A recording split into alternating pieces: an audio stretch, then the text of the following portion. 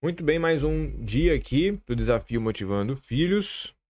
Esse aqui que vai ser uma gravação, não vai ser ao vivo, por questões de parentalidade, mas vai ser tão enriquecedora quanto foi ontem. Inclusive, se você não assistiu a live de ontem, ontem foi uma live gravada, ontem no dia 8/9.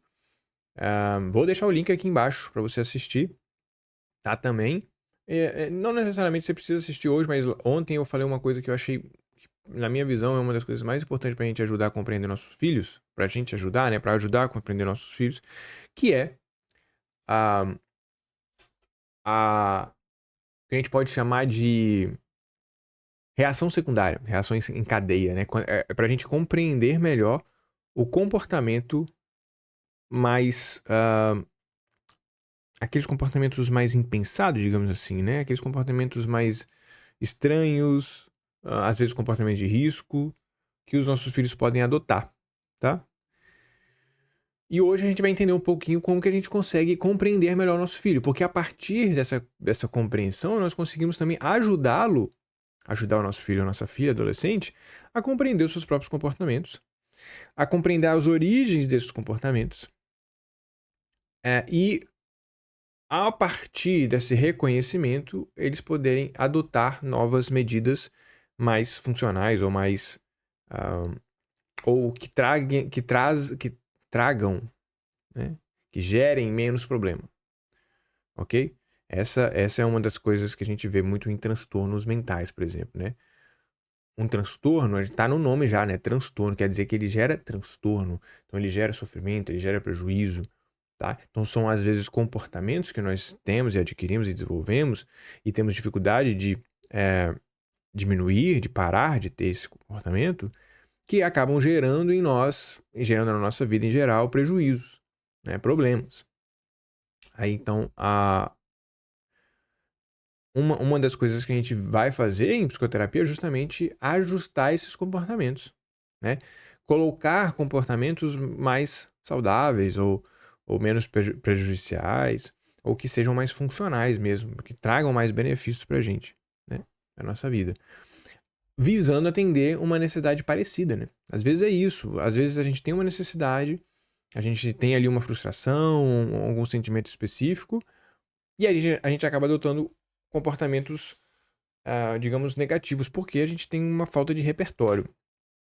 Tá? Então, na psicoterapia, a gente vai entender as raízes, né, as causas desse tipo de comportamento, do comportamento arriscado, né, de risco que a gente pode estar desenvolvendo.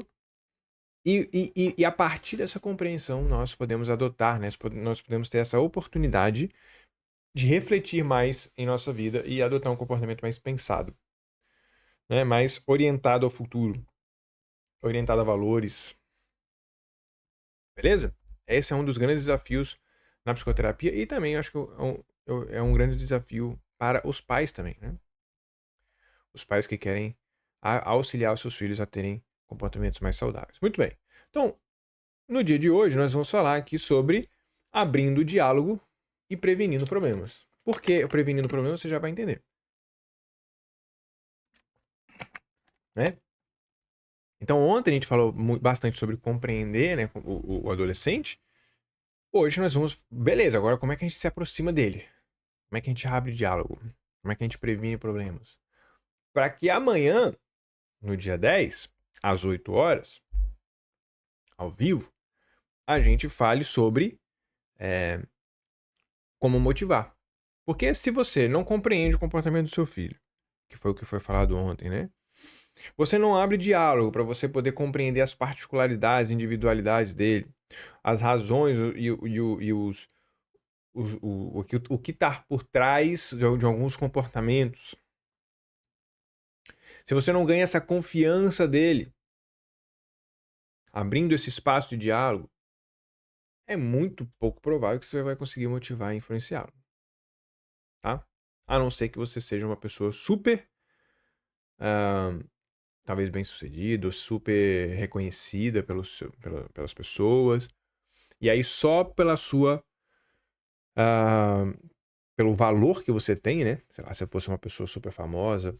Então a tendência é que nossos filhos possam ver bastante autoridade e possam seguir aquilo que a gente fala sem necessariamente precisar de todo esse mecanismo aqui. Mas se nós somos meros mortais, né, que estamos competindo com os seus amigos, ou os amigos dos nossos filhos, por exemplo, pela atenção e pela influência no comportamento deles, nós precisamos aprender a entender por que os jovens vão, às vezes, ouvir seus pares e não os seus pais. Então, esse é um dos pontos que a gente vai trazer aqui. Então, o que será abordado hoje é como que nós podemos aprender a ser pai e mãe do nosso filho, como nós podemos prevenir problemas, por que os jovens não te escutam ou não escutam os mais velhos, os adultos, 14 erros na comunicação com os filhos, e também vamos falar sobre a escutativa, que é uma das principais habilidades da psicoterapia, né? E depois vamos falar dos desafios aí para serem aplicados para colocarmos em prática aquilo que for discutido aqui hoje. Muito bem, ó, aprendendo a ser pai ou mãe do seu filho. Por que eu coloquei isso aqui como de início, né? Uma vez eu ouvi uma pessoa falando sobre isso, que nós aprendemos às vezes a ser pai, ou aprendemos a ser mãe, porque em tese nós não nascemos aprendendo a ser pai e mãe, né? E o pior, na verdade, que pode acontecer é que nós nascemos e fomos criados com, a maioria de nós talvez, com referenciais bem negativos, digamos assim, de ser pai e ser mãe, né? Imagino que a maioria da população brasileira não teve grandes exemplos de pai e mãe. Talvez tiveram grandes exemplos de avós, tios, mas de pai e mãe, né? Assim, também pai e mãe, né? Muitos tiveram, mas eu acho que uma grande parte também não teve bons exemplos de pais e mães. Ou pelo menos um, né, deles não foi um bom exemplo. Então, a gente já nasce aí, a gente já tem essa experiência talvez negativa. Talvez a gente até saiba o que não é ser um bom pai ou uma mãe. Mas a gente não sabe exatamente como ser um bom pai. Um pai que influencia, um pai que consegue motivar, o pai que consegue se aproximar do filho. Então, e por que eu tô dizendo tudo isso? Porque às vezes o filho não vai se adaptar ao nosso jeito. O filho não vai se adaptar à rotina da nossa casa. Ou vai ter dificuldade de se adaptar. Ou vai confrontar, né? Então, você vai brigar com o seu filho. E mais uma vez, se você tem aquela autoridade de você falar. Aqui a gente tá falando para imagino que a maioria que tá aqui são pais que não tem aquela autoridade assim de eu falo, meu filho escuta e ponto. A minha voz aqui é a que reina, né? Inclusive você pode ter filhos, né? O mesmo pai pode ter uma baita autoridade com uma filha, por exemplo, mas não tem uma autoridade com o filho. Da mesma forma, uma mãe pode ter uma baita autoridade com o filho, mas não tem com o filho. Com a filha, mas não tem. Não, né? Ou com o filho, mas não tem com a filha. Então, se você tem esse poder, essa autoridade em casa de você falar e seu filho obedecer, acho que as técnicas e estratégias que a gente tá falando aqui não vão fazer muito sentido. Mas nós estamos dizendo aqui para aqueles que o filho confronta o pai. O filho não obedece. O filho, na verdade, tem ouvido mais os seus pares do que o pai, né? Muito bem. Então, a gente precisa ir aprendendo a se adaptar e se ajustar. Porque é um exemplo clássico disso, o pai que, por exemplo, decide parar de beber, ou decide parar de fumar, ou decide parar com algum tipo de comportamento, pai ou mãe, né? Quando o filho nasce. Por quê? Porque ele não quer dar exemplo pro filho. Ou porque ele quer dar um exemplo melhor. Então, o que isso significa? Significa que o pai ou a mãe está se adaptando para que ele seja uma melhor influência para os seus filhos. Né? Então, essa é uma postura bem interessante, né? Então, nós precisamos aprender a ser pai, né? Ser pais. Então, a gente precisa... Então, tudo que a gente vai falar aqui hoje é como a gente pode aprender, né? A modular o nosso comportamento para que possamos ser mais influentes na vida dos nossos filhos. Tá? Como prevenir problemas? Uma das coisas que tem bastante evidência é o monitoramento. O que significa isso? Monitoramento é você monitorar o seu filho, né? Alguns pais podem até ser bem inconvenientes, né? E então existe uma linha tênue aí entre você ser inconveniente, entre você monitorar e tal, mas assim, às vezes é melhor você ser inconveniente do que você não monitorar. Então monitorar basicamente é saber onde seu filho tá, saber com quem ele tá andando, saber como é que estão as notas, quais são as matérias que ele tem dificuldade, né? Ah, o que ele costuma fazer no dia a dia, como é que é a rotina dele, o que ele costuma fazer em casa. Então, todas essas questões que permeiam a vida do seu filho, é importante que o pai saiba. Por exemplo, o pai que não. E olha só, eu não sei se foi um filme que eu assisti, mas é bem comum, por exemplo, o pai que. Eu acho que é isso. Ah, foi um filme que eu assisti, isso aí. Um pai que tá muito. Pai mesmo, o cara era um pai de um menino adolescente e o pai era muito ausente na vida dele, né? E aí eu acho que o pai pergunta alguma coisa, aí o filho fala assim: Ah, mas você nunca quis saber da minha vida, né? Isso talvez é bem comum, né? E isso demonstra uma falta de monitoramento. E às vezes o filho pede isso. Os filhos querem que os pais saibam das suas coisas, principalmente dos seus feitos, né? Daquilo que eles conquistaram, daquilo que eles fizeram. Às vezes os filhos querem esse reconhecimento, né? Então é importante a gente saber nos adaptar aí para que esse monitoramento não seja só uma encheção de saco, mas seja realmente algo que gera valor para o nosso filho, né? Que a gente possa reconhecer. Então você adiciona a esse monitoramento elogios, reconhecimento, né? Reconhecimento em público, valorização, né? Comemoração mesmo, né? É importante que esse monitoramento seja acompanhado disso também. Não seja só acompanhado de críticas, não seja só acompanhado, olha, tô te acompanhando, né? Mas que seja acompanhado também dessas outras coisas positivas, né? Que estreitam o relacionamento. Mas basicamente o monitoramento é isso. É a gente saber mais ou menos, né? Ou saber o que o nosso filho está fazendo, com quem eles estão fazendo, enfim, as rotinas dele. E intimidade é uma outra questão que é importante que você tenha com o seu filho, né? Essa é uma foto aqui minha, né? Eu participando de um programa aqui no Espírito Santo, de programa de televisão, em que frequentemente eu vou lá, né? Eu faço essas participações. E, é muito interessante, assim, é um programa bem familiar, né? Então a gente sempre tá falando sobre questões familiares. E não foi, né? A maioria das vezes em que eu estou lá e a gente tem algum problema com alguma criança, com um adolescente, aí a apresentadora sempre manda essa pergunta, né? Tá, e aí, o que os pais podem fazer? Assim, não tem uma resposta, né? Por exemplo, o filho que, sei lá, foi influenciado pelo cara, né? Um filho adolescente foi influenciado por um possível cara, homem mais velho, né?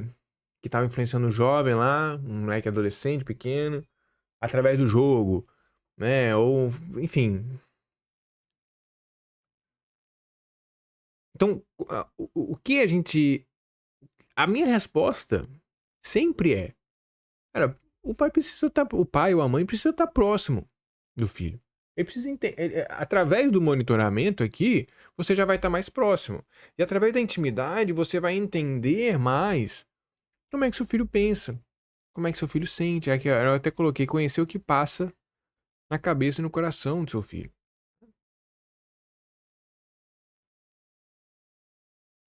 Ah, Lucas, mas isso aqui é muito difícil. Mas é mais difícil ainda, e eu sempre falo isso também nas minhas participações, é mais difícil ainda você perder um filho novo, por exemplo. É mais difícil ainda você ver seu filho escorrendo pela tua mão, que você não conhece seu filho. Você não sabe, você imaginava que seu filho era de uma forma e hoje você surpreende, caramba. É pior, muito pior ainda, seu filho ficar lá com seus 19, 20 anos, você você perdeu seu filho, você não faz ideia de como que ele tá se comportando. Ou, no mínimo, ele você ter a sorte, né, de seu filho, sei lá, ter se endireitado e ter seguido uma vida saudável, digamos assim, produtiva. Mas não foi pela sua participação, né? Você pode até dar sorte, mas também você pode dar azar. Então, quanto mais íntimo nós somos, mais nós tendemos a ter conversas mais complexas, mais profundas, e mais nós tendemos a conhecer mais os nossos filhos. Tanto o que passa na mente, quanto passa no coração deles. Então é isso, assim, eu não sei. É monitorar e ter intimidade. Monitorar e ter intimidade. Monitorar, você vai saber quanto tempo que ele tá passando jogando videogame. Né? O que que ele faz em casa quando ele não tá estudando. É, e aí a intimidade é, e aí, meu filho, vem cá, como é que tá a escola? O que que você tem sentido? Você tem feito bastante amigo? O que que você mais gosta de fazer na escola? Tem algum amigo que te enche o saco lá? E as professoras? Você tem ansiedade com alguma coisa? Você tá gostando de uma menina, de um menino? Sabe? É esse tipo de conversa mais profunda, sabe? Que a gente vai começar a expor nossas vulnerabilidades, né? Aí o jovem, é claro que se você nunca falou isso com o seu adolescente, ele vai ter várias resistências, né? Ele não vai falar, mas é óbvio isso. Mas é um processo que a gente vai construindo, né? Ontem eu falei sobre os estilos parentais, né? Então, a gente tem um estilo parental mais autoritativo. Se você não sabe o que que é, assiste a live de ontem, tá? Que basicamente é a gente ter bastante é, monitoramento e bastante intimidade, né? É a combinação desses dois aqui, mas na definição dos estilos parentais, eles colocam outro nome, que é a exigência, que poderia ser monitoramento, e responsividade, né? Que seria afetividade, que seria intimidade. Ok? Muito bem. Por que os jovens não te escutam? Então eu trouxe aqui alguns exemplos, né, explicando. Eu falei bastante sobre essas mudanças que acontecem no jovem, né, que às vezes dificultam a gente até compreender os jovens, compreender o comportamento, essa mudança bruta que eles têm no comportamento. E aqui é trazer algumas dessas mudanças que acontecem, que acabam impactando, né, na nossa comunicação com eles. Então, ó, o jovem inicia o processo de pensar por conta própria e querer essa independência, né? Então, o que eu percebo muito com os pais de crianças mais novas, eles tendem a falar do filho na frente do filho com outra pessoa. Como se o filho não estivesse entendendo que eles estão falando dele, né? E às vezes até, eu acredito que ele entenda que estão falando mal dele. Vai crescendo, vai tendo independência. Eu me lembro de uma vez que eu tava no restaurante, há muito tempo atrás, eu atendia, trabalhava como atendente garçom mesmo no restaurante. E aí tinha uma menina que devia ter uns 9 anos de idade, eu acho. 7, sei lá, 9. Ou até mais, não me lembro exatamente. E aí, ah, a mãe meio que estava falando pelo menino. A mãe meio que estava falando pelo menino. E eu já estudava psicologia, já era, né? Aí eu olhei na cara do menino, assim. Da menina, na verdade, era menino. Acho que era menina. Olhei no rosto dela, no olho dela. Falei, vem cá, e aí, você quer batata e tal? Conversando, tentando estimulá-la a falar, né? Não sei se eu fiz certo ou errado, porque aí também eu não conheço a menina, né? Não sei se ela tinha algum problema, mas o que eu quero dizer é que os jovens, eles vão querer pensar por conta própria. E é importante nós estimularmos eles a pensar por conta própria e querer essa independência e autonomia, porque aí nós conseguimos ajudá-los. É como se fosse bem assim, ó. Seu filho quer dirigir. Seu filho quer dirigir.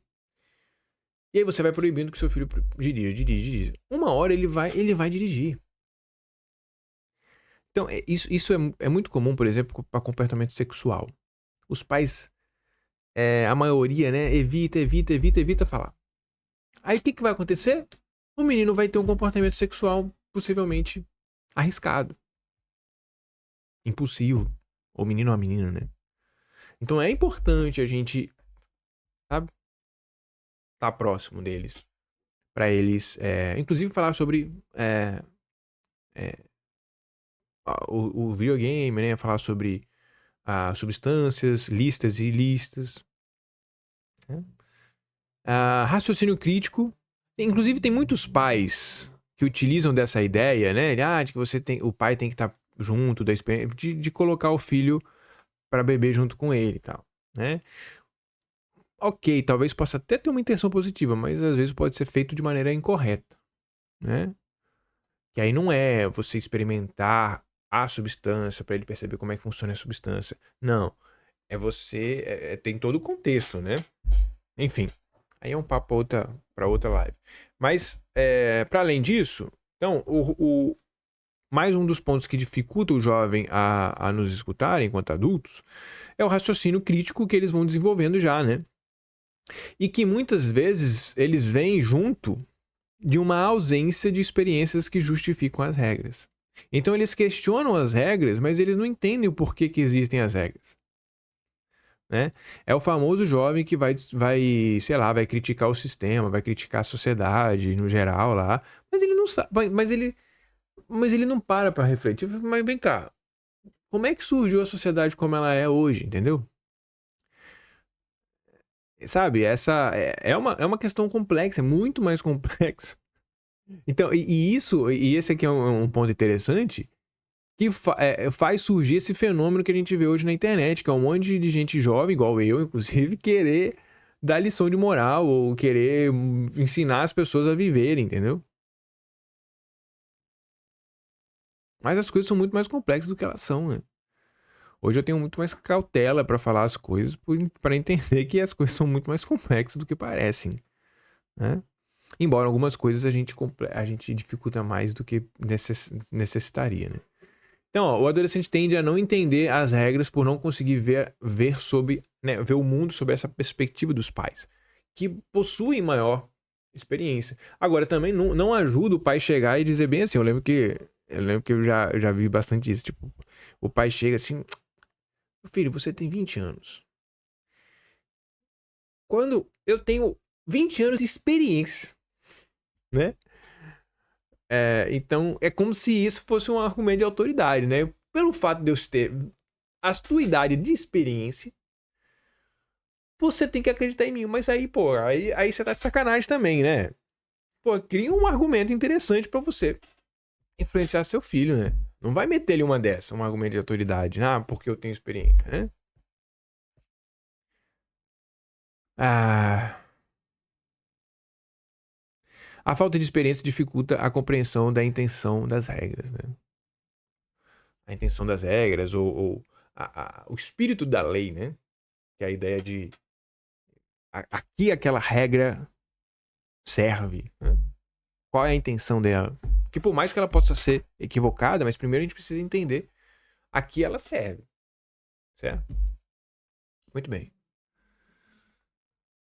Além disso, também tem um pensamento abstrato. Eu comentei sobre isso ontem, né? O adolescente agora pode amar a liberdade e odiar a exploração, né? Agora, que diacho é amar a liberdade? Aí, né?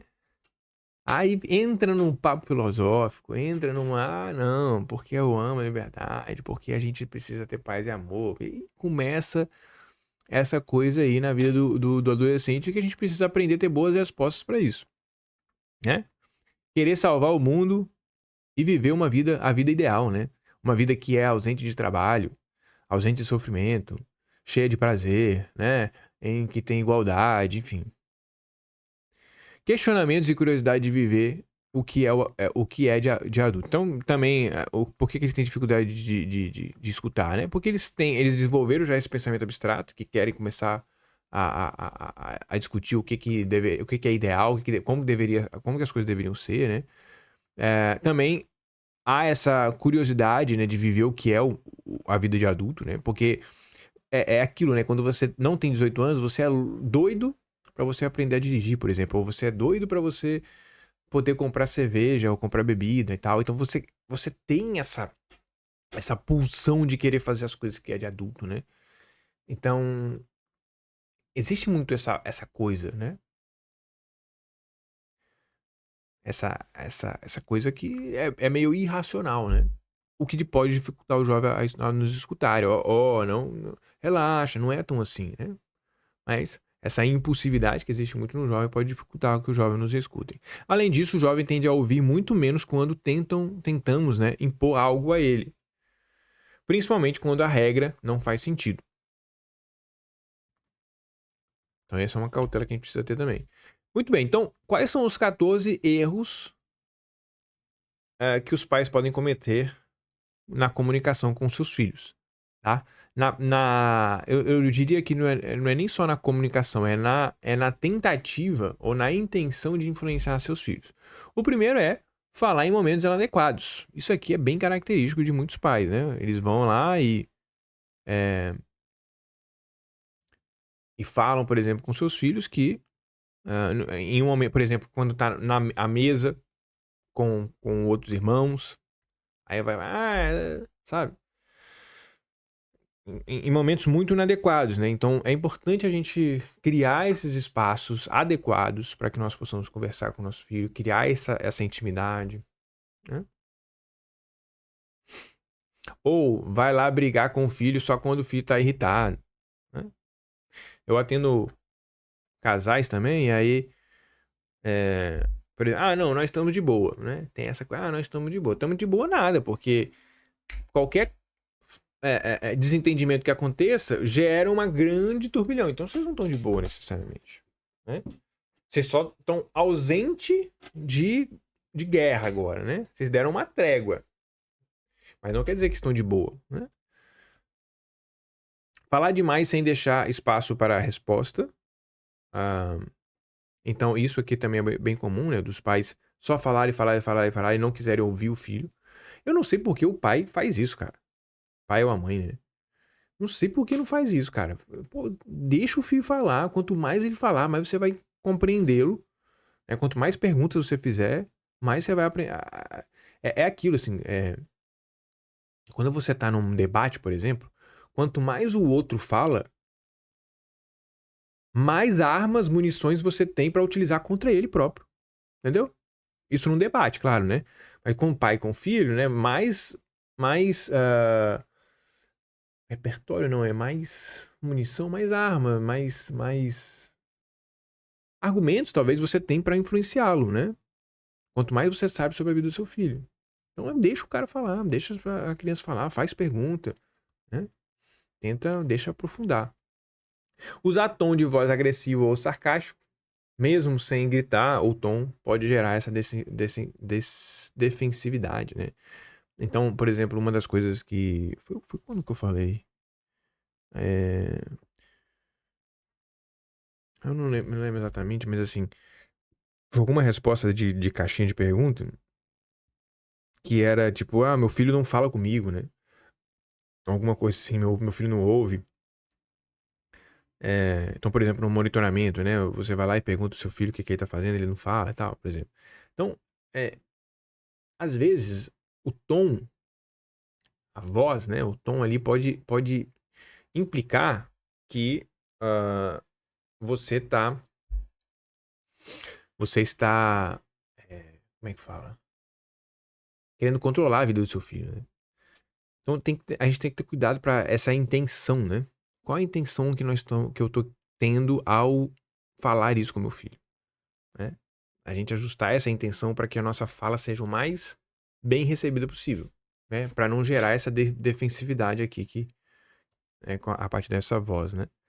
Criticar a pessoa em vez do comportamento, isso aqui é muito muito comum também, né? Na comunicação não violenta, que é uma abordagem menos acadêmica, talvez, é mais de autoajuda, né? Mas, embora seja feito por um psicólogo, foi desenvolvido por um psicólogo americano, a gente percebe, uma das principais características da CNV é você separar a observação de julgamento. Então, você é preguiçoso, é um julgamento. Você não fez o que você havia combinado, que era lavar a louça hoje, por exemplo, ou estudar XYZ, aí é uma observação. Ok? Então, a gente aprender a separar isso é extremamente importante. Até pra gente não ser. Pra gente ser assertivo na nossa comunicação, né? Interromper ou cortar a fala do filho. Interromper ou cortar a fala do filho. Isso aqui é um outro.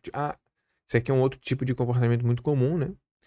E principalmente, mostra que a opinião do filho não tem muito valor. Mostra que você não tá muito interessado em ouvi-lo, né? Tá mais interessado em falar. E mais uma vez, por que é importante seu filho falar? Pra você ter mais.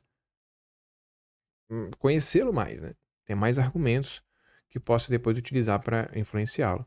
Negar ou minimizar seus sentimentos. Isso eu falei também sobre a invalidação, né? Então, por exemplo, o meu filho tem 3 anos, às vezes ele cai, né? No chão e tal, machuca. Eu não vou chegar pra ele e vou dizer. Tá bem comum, acho que no Instagram hoje, o pai ser esse cara mais durão, né? Que pega o filho assim e fala assim: ah, levanta aí e tal, isso aqui, né? Você é homem, sei lá, alguma coisa nesse sentido. Mas é claro que a gente, por exemplo, eu não vou invalidar o sentimento dele se ele tá chorando e tal. Embora às vezes eu faça, né? Tem que ficar mais atento a isso. Mas é mais uma questão de tipo assim: olha, vamos lá, você consegue continuar, apesar da dor, apesar do desconforto, né? Vamos lá, você consegue. Papai tá aqui, vem, né? Caiu, levanta, bora, né? Não é você chegar e dizer pra ele que o sentimento ah, não foi nada, pode parar de chorar, né? Aí às vezes é um, é um comportamento mais tentando controlar o filho do que um comportamento tentando motivá-lo. Olha só que interessante, é um comportamento mais buscando com a intenção, lembra que a gente acabou de falar de intenção? De querer controlar o filho, o comportamento do filho, do que de querer motivá-lo. Falar sem contato visual ou atenção plena. Isso é uma das coisas bem indicadas também, né, pelos influenciadores de criação de filhos aí. Eu não sei se. Deve ter algum estudo falando sobre isso, mas assim, a importância de você, se o seu filho é pequeno, né, você abaixar no nível dele ali e falar com ele no, né, olho no olho ali.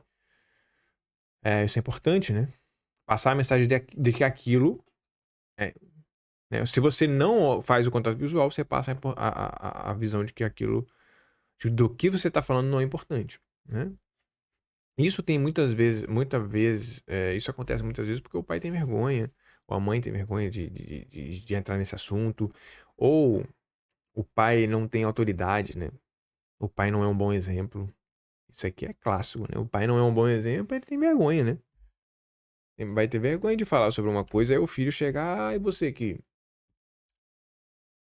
Né? Aí é complicado mesmo. Dar ordens sem explicar o porquê. Aqui, se o pai não tem essa autoridade ou essa. Não sei. Ó. Se o pai não tem essa autoridade ou essa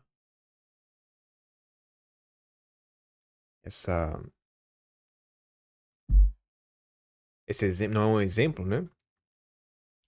Ele ainda assim pode continuar buscando isso, né? Ainda assim ele pode continuar buscando ah,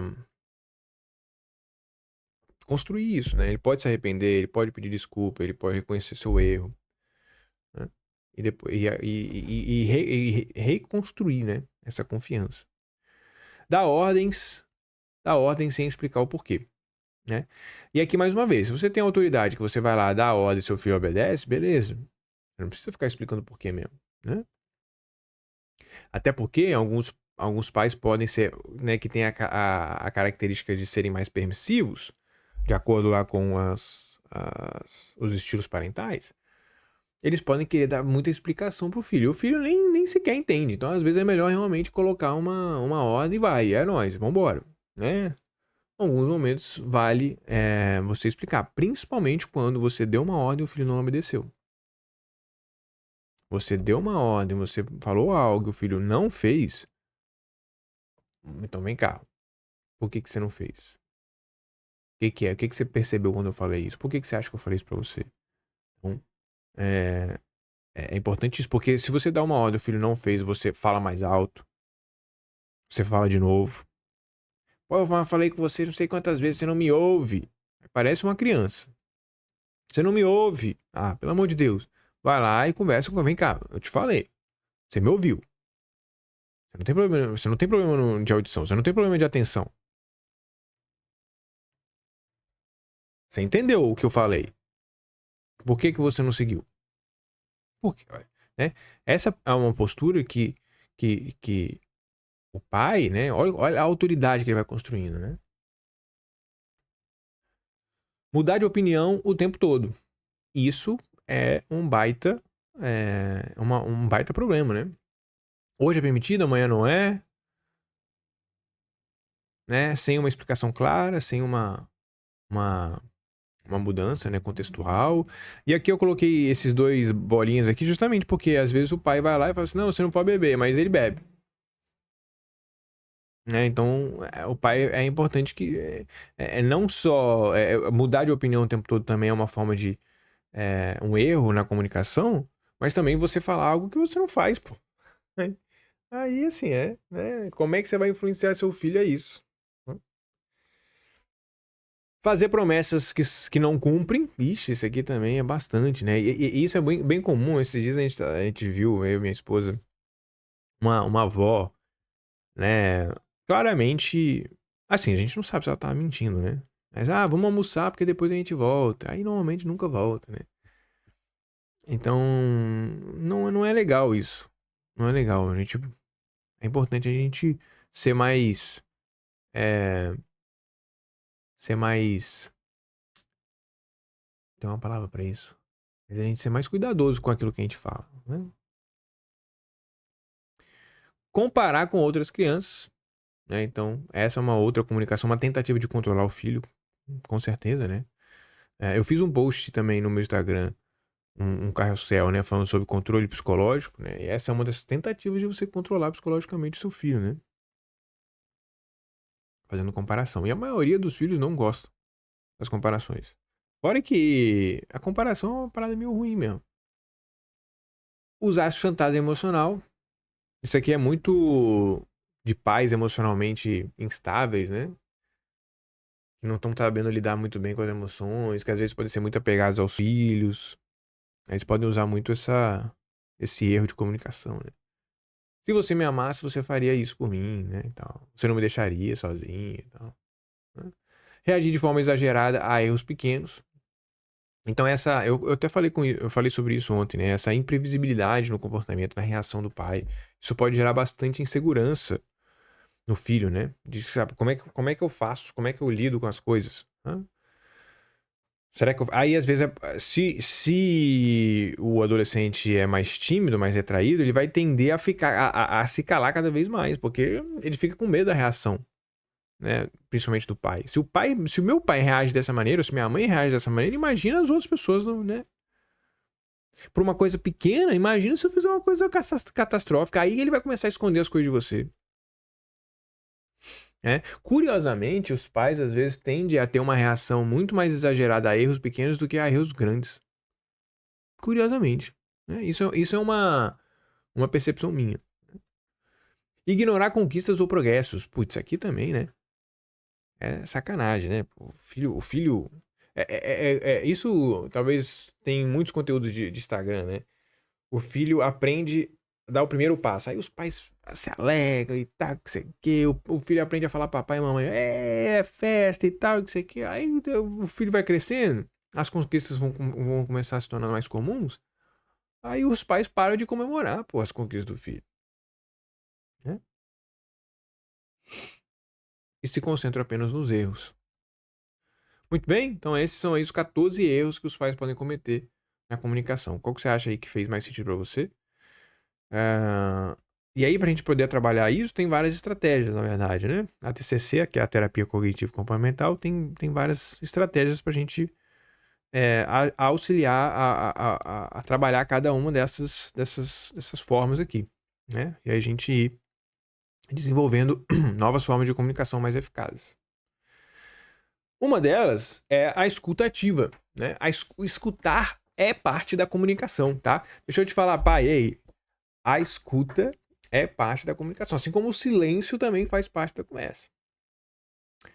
A escuta é parte da comunicação e o silêncio faz parte da conversa. Então, comunicar não é só a gente falar. O exemplo, o nosso exemplo comportamental também faz parte da comunicação, né? Então, ó, escutar para que a gente possa compreender, não para responder o nosso filho. As pessoas sentem que são. As pessoas sentem quando elas são ouvidas. Sabe, já viu aquela pessoa que parece que ela tem um dom para ser psicólogo ou algo do tipo, né? E que aí, sei lá, a pessoa conhece ela no parquinho ali na pracinha com o neto. E aí, de repente, a mulher desabafa lá e tal, porque ela se sentiu ouvida, ela se sentiu acolhida por aquela pessoa, né? Qual é uma das coisas que fazem com que as pessoas se afastam e não se sentem ouvidas? Quando elas se sentem julgadas. E aí, se seu filho se sente julgado por você, é um sinal de alerta. Quando não são ouvidas, elas se afastam, como eu comentei, né? E olha só, e aqui é o ponto de atenção máximo, ó. Elas, quando o adolescente não se sente ouvido em casa, não se sente compreendido, o que que vai acontecer? Ele vai encontrar refúgio em lugares estranhos, né? Estranhos no caso, é, longe de casa, né? Não são pessoas conhecidas, por exemplo. Porque lá elas se sentem pertencentes, né? Elas podem ser quem elas são, sendo que elas nem sabem quem são ainda, né? Elas podem experimentar novas identidades e tal. Longe dos pais, né? Porque lá elas não se sentem julgadas, enfim. Então, perceba que a importância da escuta ativa, né? Para justamente o seu filho. É igual aquela ideia de você. De você. Você não vai prender a borboleta, mas você vai criar um bom jardim, né? Para que as borboletas venham, né? Essa pode ser uma metáfora que você pode utilizar também. O que seria um bom jardim, né? O que seria um bom jardim? É a ideia do porto seguro, né? A família ser um porto seguro, alguma coisa nesse sentido. Muito bem, então, resumo, nós falamos aí dos 14 erros. Tá. Ih, rapaz. Foi lá. Vamos voltar aqui. Eita. Calma aí, calma aí, calma aí. Então, só resumindo aqui tudo que foi falado hoje, aprender a ser pai, nós adaptarmos, nós nos adaptarmos, mudarmos comportamentos para que possamos ser mais influentes, né? Duas principais formas de prevenir problemas, que é o monitoramento, a gente monitorar o que o nosso filho está fazendo e termos mais intimidade, ou seja, ter mais essa conexão com o nosso filho, entendemos o que passa na cabeça e no coração dele. Porque os jovens não escutam, então tem várias mudanças que vão acontecendo, né? Características dessa fase da vida. Uma delas é essa questão de pensar por conta própria, né? Desenvolver um raciocínio crítico, ter um pensamento mais abstrato, ou seja, que começa a valorizar coisas que são abstratas, como a liberdade, como sei lá, a felicidade, sei lá, alguma coisa nesse sentido. Começa a questionar também a partir disso. é, e começa a buscar sentido nas coisas também, né? Quando, por exemplo, uma regra não faz sentido. E a gente falou sobre os 14 erros, e aí tem vários aí, a gente foi citando um a um. Depois falamos sobre a escuta ativa, que é uma ferramenta para que a gente. E basicamente, o que é a escuta ativa? Ativa tem a ver com você escutar ativamente. É você não escutar, tipo, igual você escuta sei lá, uma na televisão, sabe? Só pra se entreter e tal. Mas a escuta ativa é de você. É como se fosse um juiz ou um advogado que vai ouvir lá testemunho para depois ele captar as principais coisas que foram faladas para ou ele fazer perguntas em relação a isso ou ele utilizar ali no seu argumento depois. É essa atenção que nós damos à escuta. Então, esse é um resumo, né? A conclusão é que a conclusão é que nós vamos compreender melhor o nosso filho, né? A partir do momento em que nós damos espaço para que eles possam falar. Basicamente isso. Para que eles possam. Se eu pudesse fazer uma conclusão aqui, é essa: dê espaço para o seu filho para ele falar. Faça perguntas, demonstre interesse. A escuta faz parte da comunicação. O silêncio faz parte da conversa.